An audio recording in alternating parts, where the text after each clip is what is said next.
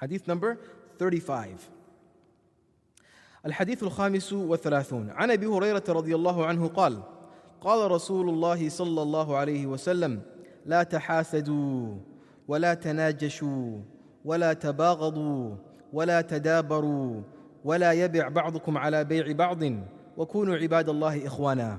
المسلم أخو المسلم لا يظلمه ولا يخذله ولا يكذبه ولا يحقره.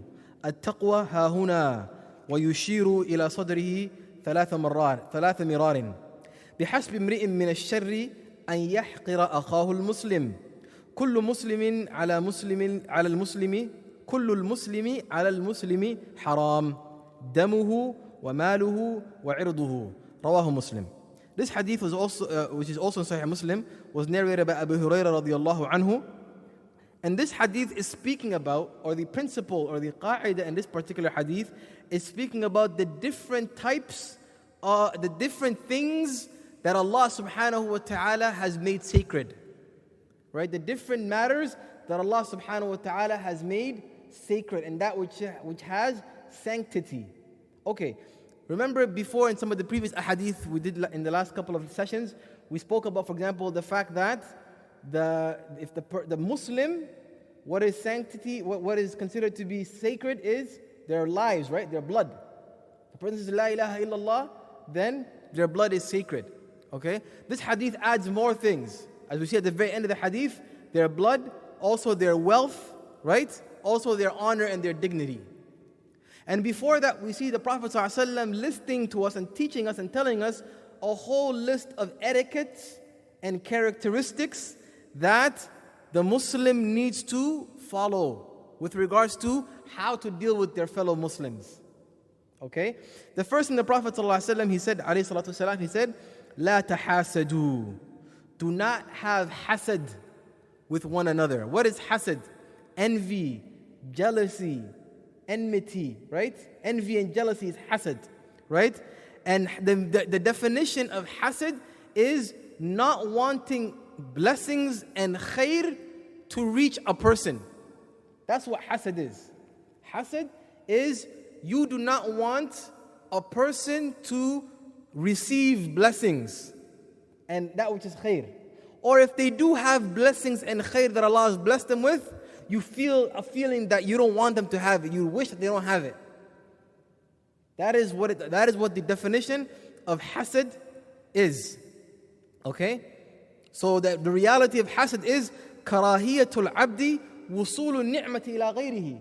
That the person has hatred and they don't want the other person to be blessed. Right? A person, for example, they got a very good job. Right? They just got a promotion, they got a very good job, they got a nice car, they have money now, whatever it might be. They have some type of blessing. The person does not want that for them. They don't want that for that person. Right? They want that person to lose out on that. There's nothing wrong if the person sees somebody with that which is khair, right? And they want that person to have that blessing, and they also want that blessing for themselves without the person losing out on that blessing. No problem. La bas. In fact, what we are taught in the sunnah is to make dua for the person that Allah blesses them. You make dua for the person that Allah blesses them. Tabarakallah, Allahumma barik, right? That Allah blesses the khair that they have. So that blocks off the type of enmity and the type of jealousy and hasad that you'll have towards the person. La tahasadu. The Prophet then said, Wala tanajashu. Tanajashu is when the person inflates prices. Right? Especially when it comes to, for example, when there is, what is it called? When people are bargaining on something. Auctions, right? If there's an auction, for example, and somebody is buying something and you begin inflating the price, not because you have no interest in buying it, but you just want to make it harder for the person. You want to make it harder. So and this is the type of business, right? Where, for example, there's an auction. This thing is going to go for how much? This person says, $5, for example. Okay, another person says $7, $9. They're raising the price with no interest in buying it, only to make it harder for the other person. That is tanajush. That's not allowed in Islam. right? That's something that is forbidden, right? And also what we see in that, and it's also a principle in all types of transactions, is dishonesty in transactions. Or if you're trying to bring harm to any type of person in the transaction, it's not permitted, right? We just mentioned the hadith in the last session, لا ضرر ولا ضرار. We're not allowed to bring harm to others, right? Making things difficult for them and bringing them harm, it's not permissible to do so. So we're not allowed to do that. Then the Prophet ﷺ, he said, وَلَا تَبَاغَضُوا, right? Don't have bughd, hatred and enmity, right? It's not allowed for you to hate a fellow Muslim for no reason. It's not permissible, right? If a person is engaged in something that is sinful, that is disobedience to Allah subhanahu wa ta'ala, then it's part of your iman to hate that which is being done that is munkar. We just mentioned in the previous hadith that we're not allowed to just love munkar, but we have to at least have a hatred for munkar. Okay? However, we cannot just hate our fellow Muslims. The fact that the person has iman, it's not permissible for you to hate them. You love them because of the fact that they say La ilaha illallah. They submit to Allah in worship. The fact that you're a Muslim, you are more beloved to me than anyone who does not believe in Allah. Even if you have no relationship family-wise, you're not from the same nation, you're not from the same tribe, it doesn't matter. The fact that you are a mu'min, there's a automatic love and a bond between the people of iman. وَلَا تَبَاغَضُوا وَلَا تَدَابَرُوا, and do not boycott, abandon, turn your back on your fellow Muslims. Right? A person, you don't abandon and cut the person off. Yes, there are circumstances in the Sharia where boycotting somebody is legislated, but the asl is you don't cut somebody off. Rather, we're encouraged to show love, to spread salams, to give salams, even if it's a person that you don't know. A lot of times now, we've become very restrictive with even our salams. We see a Muslim, but the fact that you might see somebody saying salam alaikum to somebody, and the automatic question is, do you know them? Well, if you're with your friends and somebody comes by, oh, salam alaikum, alaikum salam. Oh, who's that? You know them? No, I don't know them. They're just a Muslim. I'm saying salam alaikum. The Prophet ﷺ taught us that as Muslims, that from the things that we do is we spread the salams. And that's from the means of a person entering into Jannah. Right? As the Prophet ﷺ taught us. Okay? And then the Prophet ﷺ said, وَلَا يَبِعْ بَيْعُكُمْ عَلَى بَيْعِ بَعْضٍ. Right? Do not, when you're buying and selling, do not undercut somebody else's sale. What does that mean? If for example, I go and I'm buying something off of the brother. The brother says, I'm selling a phone. I go to him and I say, I'm going to buy your phone off you. He tells me the price this much. I'm clearly interested in buying the phone off of him.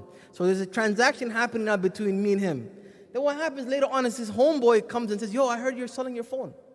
Come on, man, I'm your friend. Let me buy it off you. And while I'm still in the midst of trying to make a sale with him, he undercuts it and sells it to his friend. That's not permissible, right? Make it clear from the beginning and say, no, I'm sorry, I'm not selling it anymore, or something else. But you cannot undercut a person in their sale. People do that a lot. And this also applies to even other types of transactions. That's why the Prophet ﷺ mentioned with regards to the person who's proposing to get married, for example. If a man is proposing, right, to a certain sister, and he proposed to the family and he's about to work something out, another brother can't come into the play and say, you know what, let's make an agreement and forget about this guy and let's work this out and end this and make this marriage contract happen. It's not allowed. That's not permissible, right? And from the things that does is it sows in the hearts of the believers hatred and enmity. So all those types of means that will lead to that is being closed, is being shut down, right? And the Prophet ﷺ concluded that portion by saying, وَكُونُوا عِبَادَ اللَّهِ إِخْوَانًا, and be servants of Allah who are brothers to one another. So the asal is we are all slaves of Allah.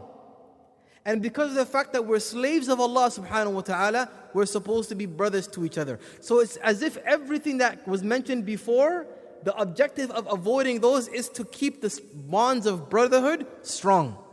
Does that make sense? All of those things have been prohibited. Why? Because the importance is keeping the bonds of brotherhood. The Prophet ﷺ continues and he reiterates, Al-Muslimu akhul Muslim. The Muslim is a brother of the Muslim.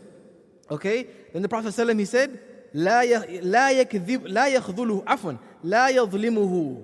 He does not do dhulm. He does not oppress his fellow Muslim. Dhulm is haram. We mentioned that in the previous hadith. Inna Allah, the hadith Qudsi, right? Inna Allah harrama dhulma ala nafsi. Right? Allah has made dhulm haram upon himself. And he's made dhulm haram upon you. So do not engage in dhulm. So the Muslim does not do dhulm to his fellow Muslim. وَلَا يَخْذُلُهُ. And he does not do khudul to the person. Khudul is, or يعني khudlan, he does not degrade the person. Okay? You don't degrade the person, you don't dishonor the person. Okay? These are characteristics that the Muslim stays away from. Okay? You don't cheat the person. Right? These are all, we should avoid this. طيب? Also, we don't lie. وَلَا يَكْذِبُهُ. We don't lie to our fellow Muslims. We're not supposed to lie in general, whether it's to a Muslim or to a non-Muslim. We don't do this in general, but to a Muslim even more so because of al-Islam. وَلَا يَحْقِرُهُ. And the Muslim does not degrade the fellow Muslim, put them down. Right? Make yourself seem like you're better than the other person. Put yourself above the other person. Right? We don't act like that with regards to our fellow Muslims. Then the Prophet ﷺ said, "At-taqwa ha-huna," and he pointed to his chest 3 times. Taqwa, he said, is in here. And we defined taqwa before as being, the application of taqwa is doing what Allah has told you to do and stay away from His prohibitions. Right? So that concept of being aware of Allah seeing you, and as a result doing good and for staying away from evil, if that is in the heart of the person, then that will not allow the mu'min to do all of these things to their fellow Muslim. Taqwa, the person being aware that Allah sees them, so as a result of that they stay away from Allah's prohibitions. If that is established in the heart, then that person will not engage in this type of behavior with their fellow Muslims. Right? Then the Prophet ﷺ, he said, alayhi salatu wasalam, بِحَسْبِ امْرِئٍ مِّنَ الشَّرِّ أَنْ يَحْقِرَ أَخَاهُ الْمُسْلِمِ. How evil is it for a Muslim to degrade and dishonor his fellow Muslim? Right? And it's enough. If a Muslim is treating another Muslim this way, degrading them and dishonoring them, that is enough of a sign that there is khubuth and evil in this person. May Allah protect us. Okay? Then the Prophet ﷺ concluded the hadith by saying, what is haram upon every Muslim, meaning what is every Muslim has sanctity in these 3 things. Number 1, their blood, their wealth, and their honor. The other Muslim, their blood, their honor, and their wealth has to be safe from you. You can't harm them. You can't so this hadith is teaching us all etiquettes and the rights and the huquq that fellow Muslims have towards us. Does that make sense? So that's with regards to this hadith right here.